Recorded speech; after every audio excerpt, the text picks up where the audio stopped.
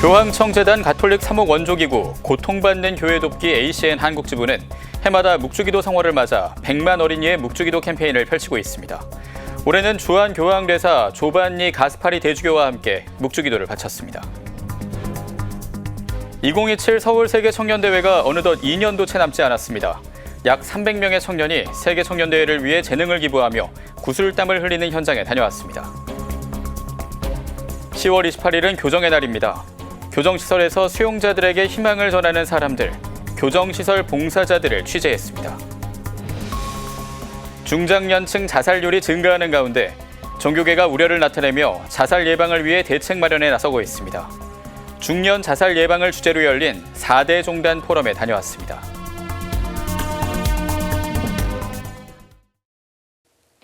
안녕하십니까. CPBC 뉴스플러스입니다. 10월은 묵주기도 성월입니다. 교황청재단 가톨릭 사목 원조기구죠. 고통받는 교회 돕기 ACN 한국지부가 해마다 묵주기도 성월을 맞아 100만 어린이의 묵주기도 캠페인을 펼치고 있는데요. 올해는 서울대교구 세검정본당 주일학교 학생들을 비롯한 어린이들이 주한 교황대사 조반니 가스파리 대주교와 함께 묵주기도를 바쳤습니다.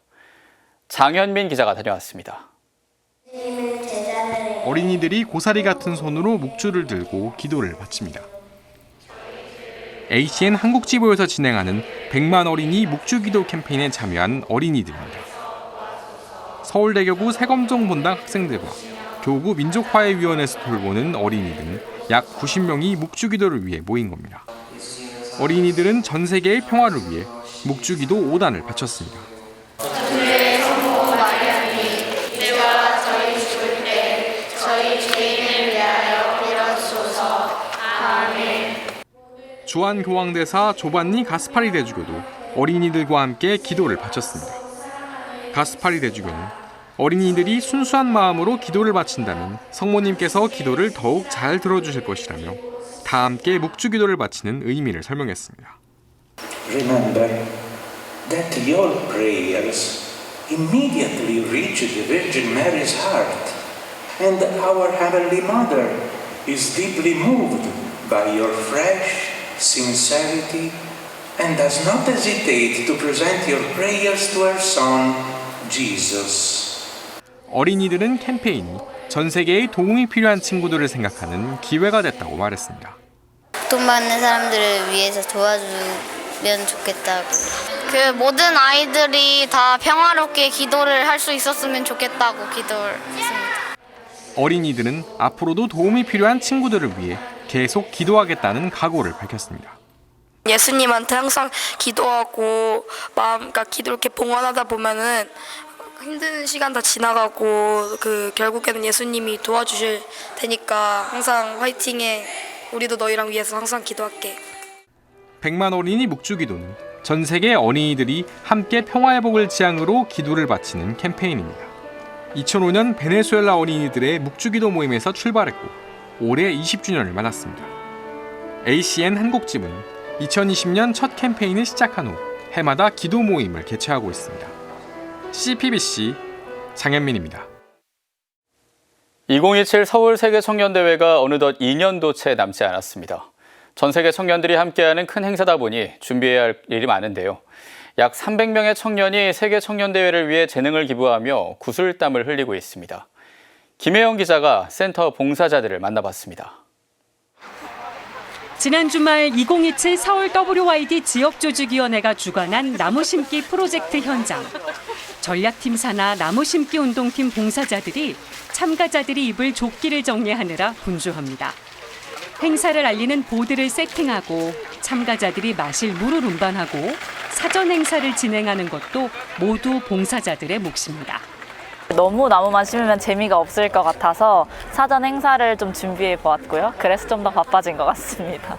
올여름 2기 봉사자로 나무 심기 운동팀에 합류한 정영선 씨는 나무를 심으러 온 청년들에게 폴라로이드 카메라로 기념사진을 찍어주는 일을 맡았습니다. 오늘 여기 봉사자로 처음 참여했는데 이 봉사자들이 좋은 추억 가져갔으면 좋겠다는 마음으로 사진 찍고 있습니다. 92명의 청년들이 나무를 심는 모습은 사진팀 카메라에 고스란히 담겼습니다. 열심히 하시는 거, 약간 열정 같은 거 약간 찍고 싶어서 이게 막 삽으로 이렇게 땅을 파시거나 아니면 나무 이렇게 정성스럽게 하시는 모습 잘 찍고 있습니다. 여기 한번 봐주세요. 여기. 홍유진 씨는 콘텐츠 마케터로서 재능을 살려 봉사자들의 모습을 릴스로 제작 중입니다. 정말 열심히 하시는데 잘 보여지지 않잖아요. 그래서 그 모습을 많이 내가 담아줘야겠다라는 마음은 좀 있는 것 같아요. 매달 WYD 소식을 전해주는 뉴스레터 팀 봉사자도 현장에 함께했습니다. 이달 말 발행되는 뉴스레터에 나무 심기 소식이 담길 예정입니다. 이제 소감이나 계기, 참여 계기 등을 여쭙고 인터뷰를 받고 있었어요. 지금 총 3번 정도 인터뷰를 받았고요. 조금 더 둘러보다가 여유로워지면 다시 한 번 더 돌 생각입니다. 봉사자 관리팀 한도연 씨는 나무 심기에 일손을 보태러 왔습니다. 타 팀들에서도 이렇게 올 수 있도록 이제 다들 이야기를 하고 있거든요. 그래가지고 지금 저도 이렇게 오게 되었고. 이날 나무 심기 프로젝트는 여러 팀에서 함께 해준 봉사자들 덕분에 더욱 빛났습니다. 현재 2027 서울 WYD를 준비하는 젊은이 기획단 소속 센터 봉사자들은 295명이나 됩니다. 사진과 영상, 디자인, 소셜미디어, 통번역 팀을 비롯해 조직위가 주관하는 프로젝트를 기획하고 진행하는 행사팀과 전략팀까지 29개 팀이 유기적으로 움직이고 있습니다. 행사 1팀장을 맡고 있는 김하진 씨는 지난 주말 청년 WYD 리더십 연수 참가자들의 응원에 가슴이 뜨거워졌다고 고백했습니다. 감사한 말씀들을 해주시고 가셨습니다. 그 덕분에 이번 연수도 잘 진행됐지만 남은 2번도 더 우리 팀원들과 으쌰으쌰해서 더 잘 준비해야 되겠다는 다짐을 다시금 하게 되었습니다. 청년들의 손으로 직접 준비해 나가는 2027 서울 WYD.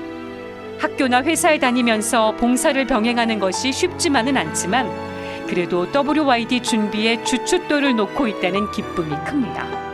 전 세계 가톨릭 청년들에게 한국의 가톨릭, 요새 K톨릭이라고 하더라고요. K톨릭에 대해 알릴 수 있는 기회가 될 거라고 기대를 하고 있습니다. 그리고 WYD 자체가 역으로 해외 청년들에게 역으로 선교할 수 있는 기회가 될 거라고 생각을 합니다. CPBC 김혜영입니다.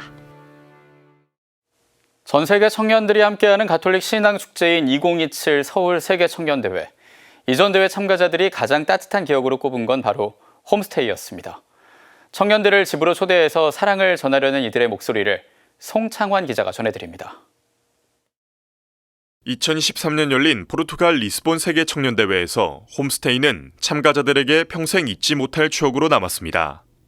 아무런 대가 없이 무한정으로 사랑과 정과 그 주시는 그런 것들에 저희가 크게 감동을 받은 것 같아요. 대회 기간 중에 제일 행복했던 기억으로 남아있던 것 같아요. 약간 행복한 것도 있지만 제일 따뜻했던 기억이 아닌가 싶습니다. 전 세계에서 약 100만 명이 참가할 것으로 예상되는 2027 서울 세계 청년대회. 참가자들이 전국 각 지역에서 머무를 숙소 형태 중 하나는 바로 홈스테이입니다. 청년대회 참가자들은 홈스테이가 단순한 숙소를 넘어 문화와 신앙 안에서 일치와 사랑을 체험하는 공간이라고 말합니다. 2014년 대전에서 열린 아시아 청년대회와 한국 청년대회 때 홈스테이를 신청한 김문경 씨도 처음엔 홈스테이를 망설였지만 그 경험이 가족 모두에게 큰 은총이었다고 회상합니다. 음식이라든가 또 잠자리라든가 여러 가지로 힘든 부분도 있지만 그거는 잠깐인 것 같아요. 저뿐만 아니고 아이들한테도 되게 은총의 시간이었던 것 같아요. 2014년 대전 청년대회 봉사자이자 참가자였던 강경석, 김효진 부부도 홈스테이를 통해 받은 사랑을 2027 서울 세계 청년대회에서 나누고 싶다고 말합니다. 홈스테이라는 또 다른 여정을 통해서 전 세계 청년들과 신앙의 그런 축제의 장을 함께 좀 열어볼까 합니다. 그럼으로써 주님의 사랑을 우리도 베풀고 우리도 받을 수 있는 그런 온전한 순간이 되길 기대하고 있습니다. 국적도 언어도 문화도 다른 청년들이 신앙 안에서 하나 되는 2027 서울 세계 청년대회. 홈스테이를 경험한 신자들은 설레는 마음으로 전 세계 청년들을 맞이할 준비를 하며 많은 이가 홈스테이에 참여하길 당부했습니다. 이번에는 좀 더 용기를 내서 외국인 청년들과 함께 할 수 있기를 바랍니다. 무엇을 기대하든 그 이상이 될 것입니다. 저희 집에 오세요. CPBC 송창환입니다. 서울대교구는 21일 교구장 정순택 대주교 주례로 시니어의 희년 감사미사를 봉헌했습니다. 미사에 참여한 어르신들은 희년의 기쁨을 나누며 가족과 이웃들에게 신앙을 전하는 사도적 삶을 살 것을 다짐했습니다. 이임 기자가 보도합니다. 서울대교구 주교자 명동대성당이 어르신들로 가득합니다. 교구장 정순택 대주교 주례로 시니어의 희년 감사미사가 봉헌된 날입니다. 교구 42개 본당 시니어 아카데미 소속 어르신과 봉사자 등 900여 명이 신앙 안에서 하나가 됐습니다. 정대주교는 강론에서 희년의 유래와 역사를 설명하고 프란치스코 교황은 희년을 통해 어르신들이 희망을 잃지 않고 힘차게 살아가길 바라셨다고 설명했습니다. 우리 시니어 분들이 육체와 정신 모든 면에서 그냥 이렇게 하루하루 쇠약해지는 날을 그냥 기다리시는 무기력한 나날들이 아니라 희망을 가지고 하루하루를 힘차게 나아가기를 바라시면서 희년의 시니어의 희년의 날을 제정해 주신 겁니다. 정대주교는 그러면서 어르신들은 가정과 사회 안에서 신앙의 모범을 보임으로써 다음 세대에게 신앙을 전수하는 중요한 역할을 맡고 있다고 격려했습니다. 특히 부모님들이나 할아버지 할머니들 집안의 어르신들을 통해서 그 열심한 신앙의 모습에 어릴 때부터 이렇게 감화받고 그 분위기 속에 성장하면서 그 말하자면 어떤 그 깊은 신앙의 모습을 보여주신 분들의 인격에 감화되고 동화되어서 차츰차츰 신앙이 깊어진 것을 보실 수 있으실 겁니다. 미사에 참여한 이한성 씨는 가정 안에서 신앙의 모범을 보이는 것이 선교임을 깨달았다고 소감을 밝혔습니다. 내가 내 집안에서 내가 어떤 모범을 보여야 애들도 거기 좋다. 그리고 난 나이 먹으면서 믿음이 있다는 거는 아주 즉각히 좋아요. 미사가 끝난 뒤 어르신들은 정대주교와 식사를 함께하며 친교를 나누기도 했습니다. 이어 가톨릭 말씀 새김 예술가회가 마련한 부스에서 성경 말씀을 캘리그라피로 쓴 캘리 로고스 그라피 체험에도 참여했습니다. 교구는 앞으로 희년 폐막 미사에 앞서 수도자의 희년, 평신도의 희년, 가난한 이의 희년, 예비신자 교리 봉사자의 희년 미사를 봉헌할 예정입니다. CPBC 이희입니다. 철창안에서 만나는 또 다른 세상, 교정시설을 찾아 수용자들에게 하느님의 사랑과 희망을 전하는 이들이 있습니다. 교정의 날을 앞두고 김정아 기자가 봉사자들을 만났습니다. 교정시설에서 수용자들에게 희망을 전하는 사람들, 바로 교정시설 봉사자들입니다. 낯선 환경과 엄격한 절차 속에서도 봉사자들의 표정은 밝기만 합니다. 어떠한 물질적 보상도 뒤따르지 않지만 언제나 수용자들과 함께합니다. 불안과 걱정 속에서 수용자들은 봉사자들과의 만남을 통해 참회하며 점차 변화해갑니다. 처음에는 엄청 힘들어하고 그러다가 이제 부모님들 말씀을 계속 듣거나 그러면 이렇게 참회를 하는 부분이 좀 많고 또 나중에 가면 갈수록 밝아지는 모습으로 이제 변해지는 것들은 있어요.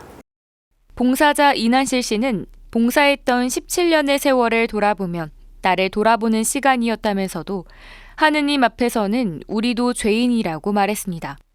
그들은 이제 철장 속에 갇힌 이들이지만 저희들은 어쩌면 창살 없는 감옥에 사는 사람일 수도 있지 않을까. 법망을 피해서 살아서 그렇지 또 어떻게 깊이 들어가면 저희들도 어쩌면 죄인이고. 이 씨는 교정시설에 대한 부정적인 시선을 걷어주길 당부했습니다. 하느님 말씀대로 감옥에 있는 이들을 우리가 찾아갈 수 있는 기회라고 생각해요. 그래서 조금만 마음을 열고 이렇게 들여다본다면 누구나 봉사할 수 있는 곳이라고 말해주고 싶습니다. 봉사 3년 차인 박가람 씨는 미사전례 안에서 피아노 반주로 수용자들과 함께합니다. 수용자들이 되게 진심으로 되게 미사를 드리는 게 느껴져요. 그래서 되게 성실하게 미사 참여하는 분들도 되게 계시고요. 수용자들이 미사를 대하는 태도에서 굉장히 감동을 많이 받고 있는 중입니다. 봉사를 시작한 지는 얼마 되지 않았지만 박 씨의 포부는 남다릅니다. 수용자들이 음악을 통해 받는 희망과 위로가 된다면 그야말로 정말 좋을 것 같고요. 또 하느님이 또 주시는 사랑을 좀 더 깊이 체험할 수 있고 또 그 미사 안에서 집중을 더 잘할 수 있도록 그거에 노력을 하고 싶습니다. 수원교구 교정사목위원회 부위원장 유정수 신부는 교정사목 봉사자들을 희망의 사도들이라고 칭했습니다. 너희는 내가 감옥에 있을 때 찾아주었다라는 말씀에 따라 활동하는 그들의 모습은 희망의 사도들이라고 생각합니다. 그들이 활동하는 것은 단순한 봉사활동이 아니라 예수님을 만나 뵙는 신비의 자리이자 복음 선포의 정수라고 할 수 있습니다. 유정수 신부는 청년들이 교정사목 봉사에 적극 참여해 주길 당부했습니다. 지금 교정봉사자분들이 대부분 고령자가 많이 있습니다. 어른분들의 역할도 중요하지만 젊은 분들께서도 이런 교정사목 안에서 활동을 한다면 참으로 그들에게 참 많은 도움이 될 것 같습니다. CPBC 김정호입니다. 우리나라에서 10대부터 30대에 이어 40대마저 자살이 사망 원인 1위로 기록됐습니다. 중장년층 자살률이 증가하는 가운데 종교계가 우려를 나타내며 자살 예방을 위해 대책 마련에 나서고 있습니다. 중년 자살 예방을 주제로 열린 4대 종단 포럼 주요 내용을 이정민 기자가 전해드립니다. 10대부터 30대까지 사망 원인 1위가 모두 자살로 집계된 건 2021년부터입니다. 하지만 국가데이터처 최근 발표를 보면 지난해 40대 사망 원인 1위도 자살인 것으로 나타났습니다. 이는 관련 통계가 작성된 후 처음 있는 일로 한국 사회를 지탱하는 젊은 인구의 사망 원인 1위가 자살인 겁니다. 지난해 자살 사망률은 한 해 전보다 6.6% 증가해 2011년 이후 13년 만에 가장 높은 증가율을 기록했습니다. 과거에는 노년층 자살률이 특히 높았지만 최근에는 30대부터 50대까지 중장년층 자살률 증가세가 두드러지고 있습니다. 직장 문제, 주거 문제, 결혼 문제가 다 겹쳐 있는데 이런 부분들에 대해서 하나도 성취하기가 좀 어려운 너무나 힘든 과거의 기성세대에 비해서 너무나 큰 부담을 가지고 있다. 그러한 부담을 가장 정면에서 맞닥뜨려야 되는 계층이 30대, 40대, 50대라고 볼 수가 있는 것이죠. 종교계는 이러한 사회적 현상에 우려를 나타내며 4대 종단과 함께 포럼을 열어 중년 자살 예방을 위해 머리를 맞댔습니다. 황순찬 인하대 사회복지학과 교수는 기조 강연에서 코로나19 이후 중장년 남성 자살의 주요 원인으로 경제적 어려움에서 비롯된 가정 안팎의 고립을 꼽았습니다. 폐업 이후에 재기가 불가능한 상황들, 그래서 코로나는 끝났지만 내 삶은 다시 복구되지 않고 회복되지 않고 있다, 이런 호소들을 많이 하고 있습니다. 황 교수는 현재 중장년층 자살 고위험군에 대한 맞춤형 지원 정책이 부족하다고 지적하며 종교계에 적극적인 역할을 주문했습니다. 종교기관에서 지역 거점형 중장년 남성을 위한 온오프라인 자조 모임이라든지 집단상담 프로그램, 이런 것들을 적극적으로 활용하실 필요가 있습니다. 천주교 측 토론 발제를 맡은 이동호 상계종합사회복지관 복지사는 사회적 고립을 자살의 원인으로 지목하며 지역 복지기관의 중요성을 거듭 강조했습니다. 본인이 어려울 때 가장 먼저 떠올릴 수 있는 기관, 아니면 본인이 어려움을 가지고 있을 때 한 번쯤은 도움을 요청할 수 있는 기관이 되는 것이 가장 중요하지 않을까. 고립감을 해소하기 위해 교회 내 본당 공동체를 적극 활용하는 것도 방법으로 제시됐습니다.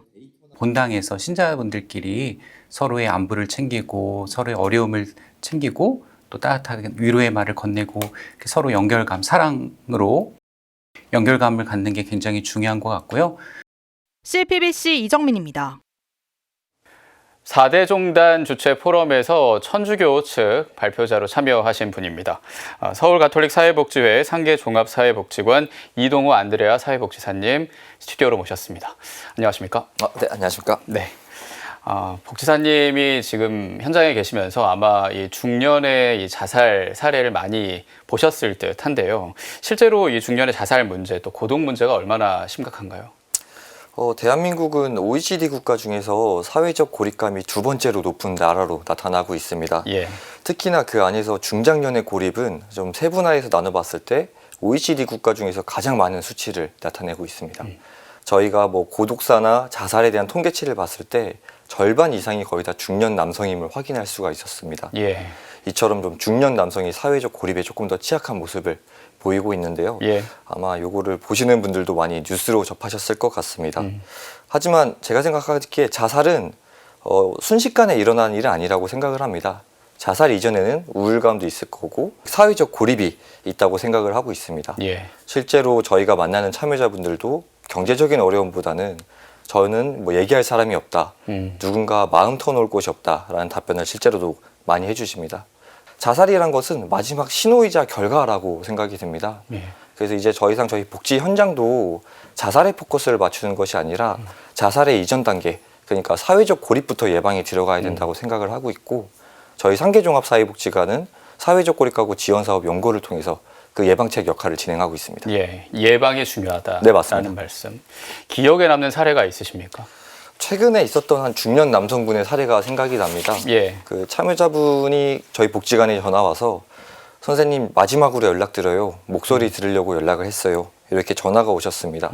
그래서 뭐 저희는 전화를 끊지 않고 안전 유지하면서 바로 참여자 댁에 가서 상담을 진행을 했었거든요. 예. 사실 이 아버님 같은 경우는 복지관과 2년 동안 좀 관계를 맺으면서 뭐 금주나 금연, 건강관리도 진행을 하고 계셨었고, 그리고 그 무엇보다도 은둔에서 벗어나기 위해서 노력을 하고 계셨습니다.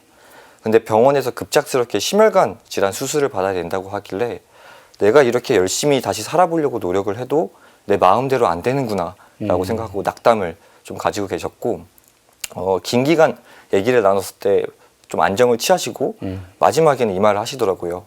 그래도 복지관과 사회복지사님이 생각이 났다. 이렇게 좀 말씀을 해주셨습니다. 예. 그래서 저는 그 말을 듣는 순간 한 가지 깨달았던 점은 복지관에 왔던 그 전화 한 통은 죽음을 다짐한 전화가 아니라 어쩌면은 나 좀 도와주세요. 누군가와 이야기를 하고 싶어요.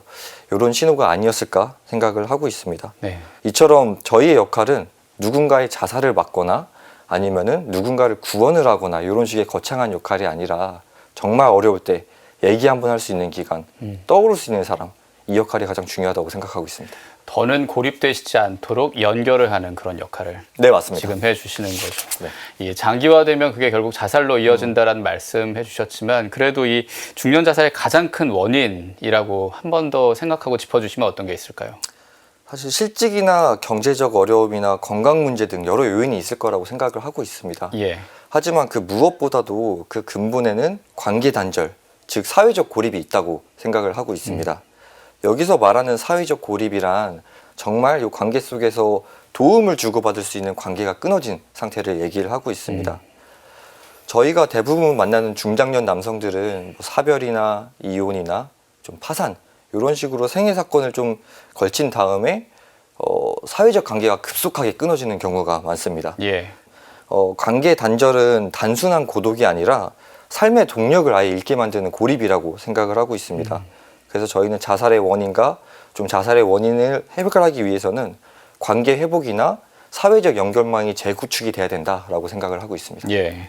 그렇다면 복지관 차원에서도 구체적인 여러 사업들을 진행하겠죠. 어떤 것들이 있을까요? 대표적으로 저희가 계속 말씀드리고 있는 사회적 고립가구 지원사업 연고라는 사업을 진행을 하고 있습니다. 연고요? 네, 맞습니다. 예. 연고라는 뜻은 중의적인 표현을 담고 있습니다.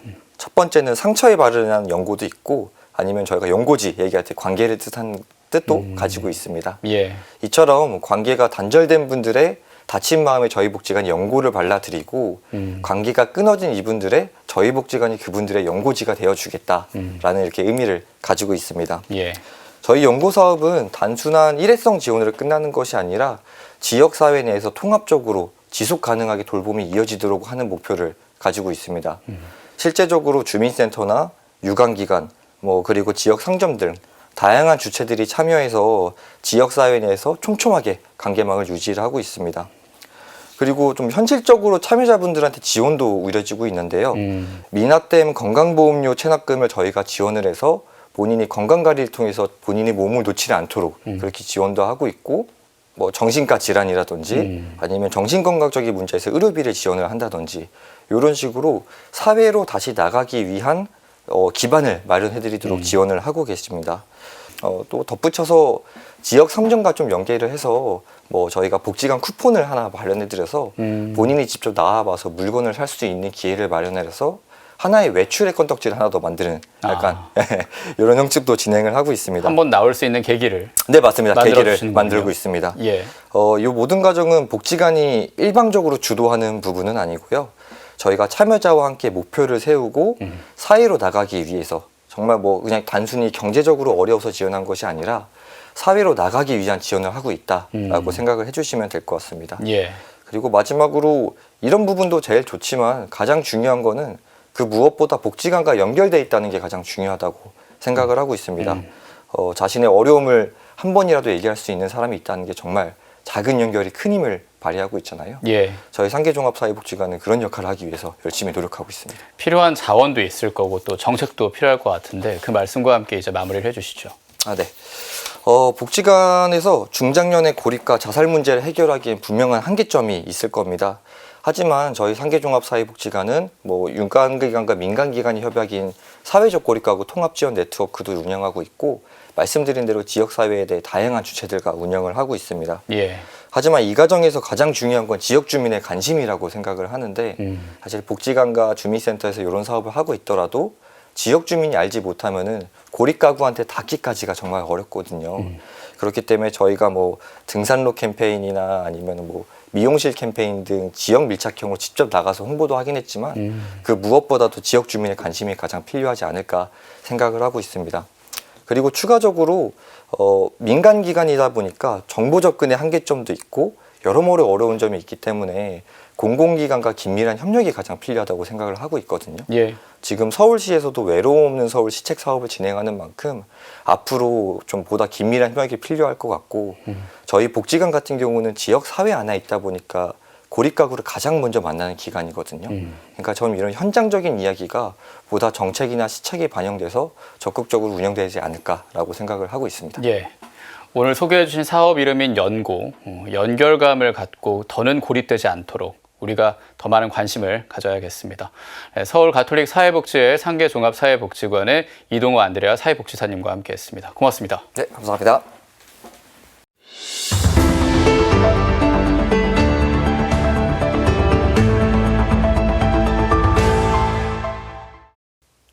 벌써 완연한 가을로 접어들었습니다.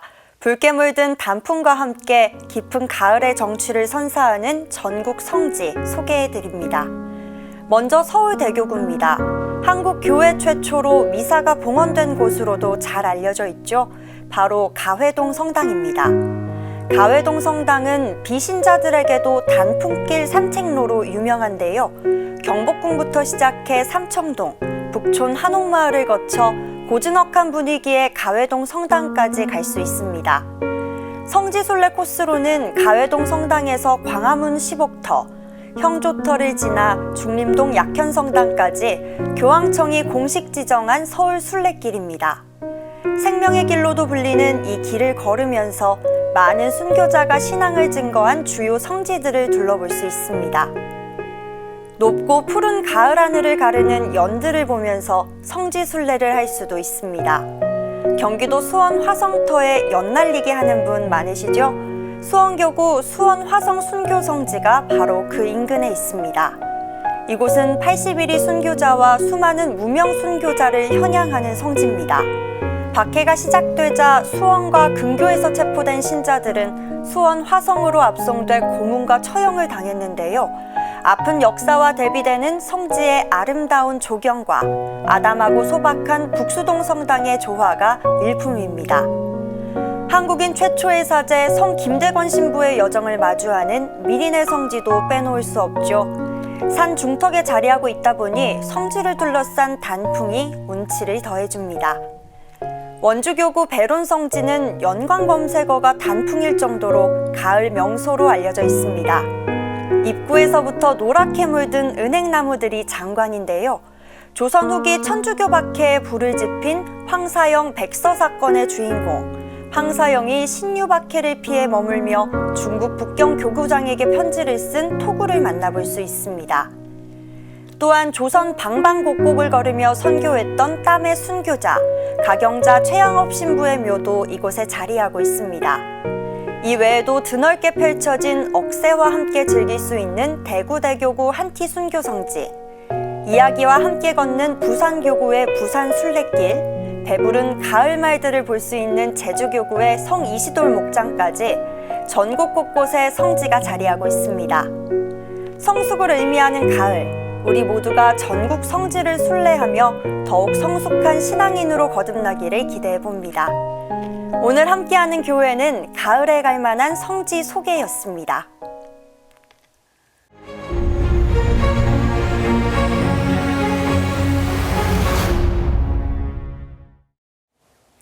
종교 박물관이라고 불릴 정도로 많은 종교가 있는 대한민국에서 하느님도 모르는 것이 하나 있습니다. 바로 종교 인구입니다.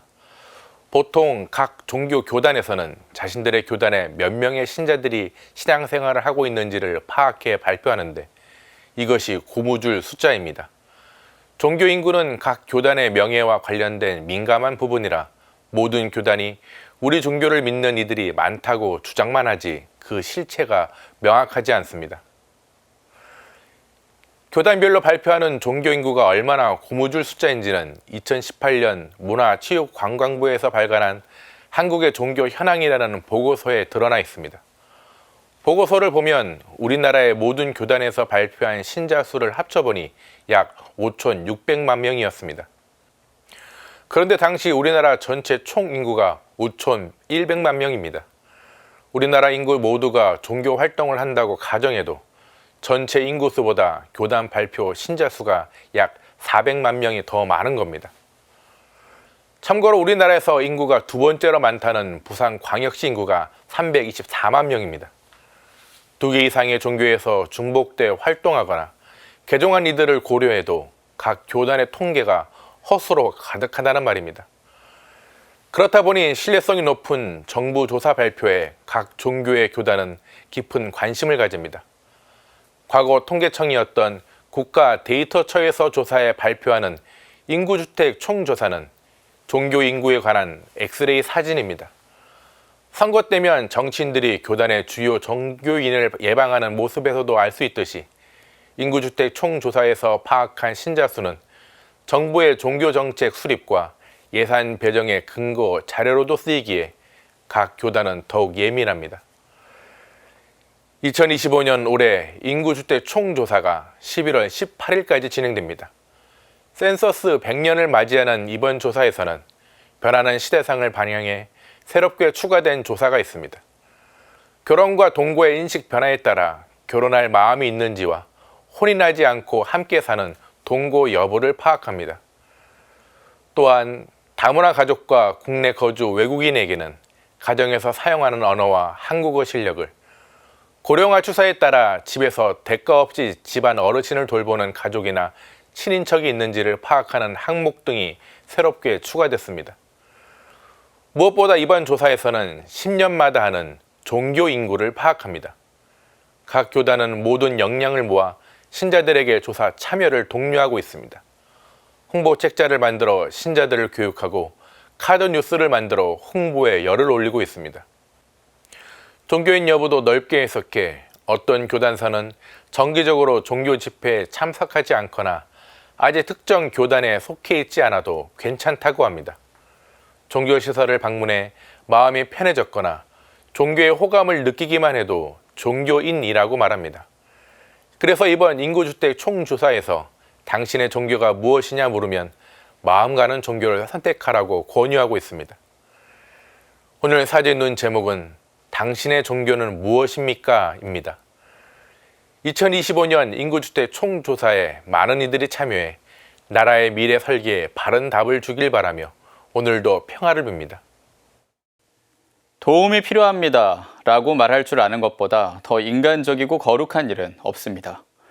레오 14세 교황은 지난 9월 수요 일반 아련을 통해 도움을 청하기를 두려워하지 말자고 했는데요. 사회적으로 고립되고 있는 사람이 극단적인 선택을 하기 전에 청하는 손길. 삶을 지탱할 수 있도록 기꺼이 상대방의 마음에 따뜻한 한마디로 화답하는 게 교회와 그리스도인의 역할이겠죠. 모두의 생명을 존중하고 어려움에 처한 이들에게 먼저 찾아가는 사회가 되길 기도하며 CPBC 뉴스 플러스를 마칩니다. 고맙습니다.